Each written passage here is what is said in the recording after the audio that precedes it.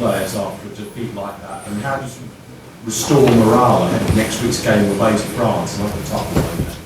Oh, look, this is easy. If you've played this game, there's ups and downs. There's two ways of looking at a disappointment. One, negative, and it's the end of the world, or you use that in your favour.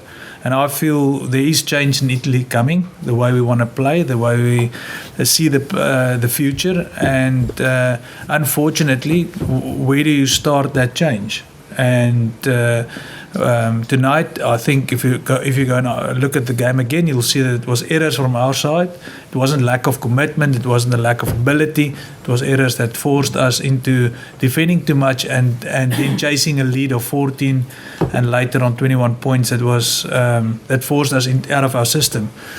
I think with a little bit of scoreboard pressure, things could have been different and will be different. Therefore, there's a lot of execution work necessary at this stage in our game. And therefore, I just said before, I'm really excited to get going on Monday. We didn't have a game like Wayne maybe to play the Barbarians.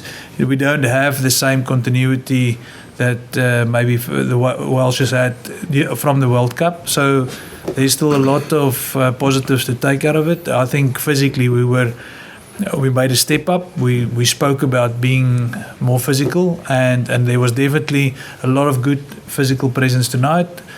Again, I think our errors let us down, and that's something we can correct. Just one more from me. You've played in Wales, you know Welsh rugby pretty well. What did you make of Wales today in their championship chances? Look, they're a top side. I mean, it's a pity that we had to have our first start in this way against them. But then again, I'd rather lose against the best the way we did than maybe just lose against another team that is not in the same format this team is. I think Wales rugby can be really proud of this group of men that they've got here. There's obviously a very a special bond and a very special character if you look at them, that the Welsh sides are not performing that well at this stage in Pro 14, but they knit together very quickly, and they obviously believe in a big dream. And I think really the Welsh supporters and the people supporting these guys can be really proud of it.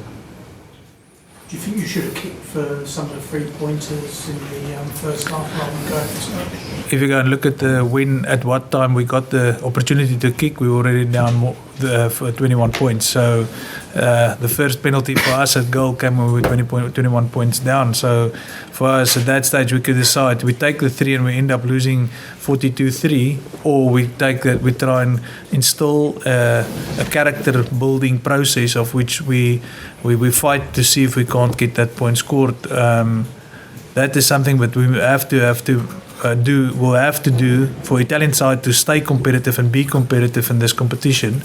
We have to learn how to handle those situations better, and there's only one way, and that's on the field. Franco, this is just your first game, but for a while now, people have questioned whether it should be in the Six Nations. Obviously, a heavy defeat. I guess some people might say that again. What would you say in response? No, I disagree absolutely. I think I can understand that there's questions around it. I mean, it makes sense, but I still believe that what I know from Italian rugby and what I think is coming. We just heard about the results from 20s this year and just last night and the years before. There's a good group of people coming through. Obviously, Italy in the last 10 years, well, let's say in the last 6 years, had to make certain changes in the way they recruit, the way they go about their business. But I think those platforms are there. I wouldn't have accepted this role and responsibility if I didn't believe that Italian rugby can really make a step up, and they will. I mean, I was in the changing room tonight. The result is not a reflection of the quality of the side. Last one. Happy? Thank you.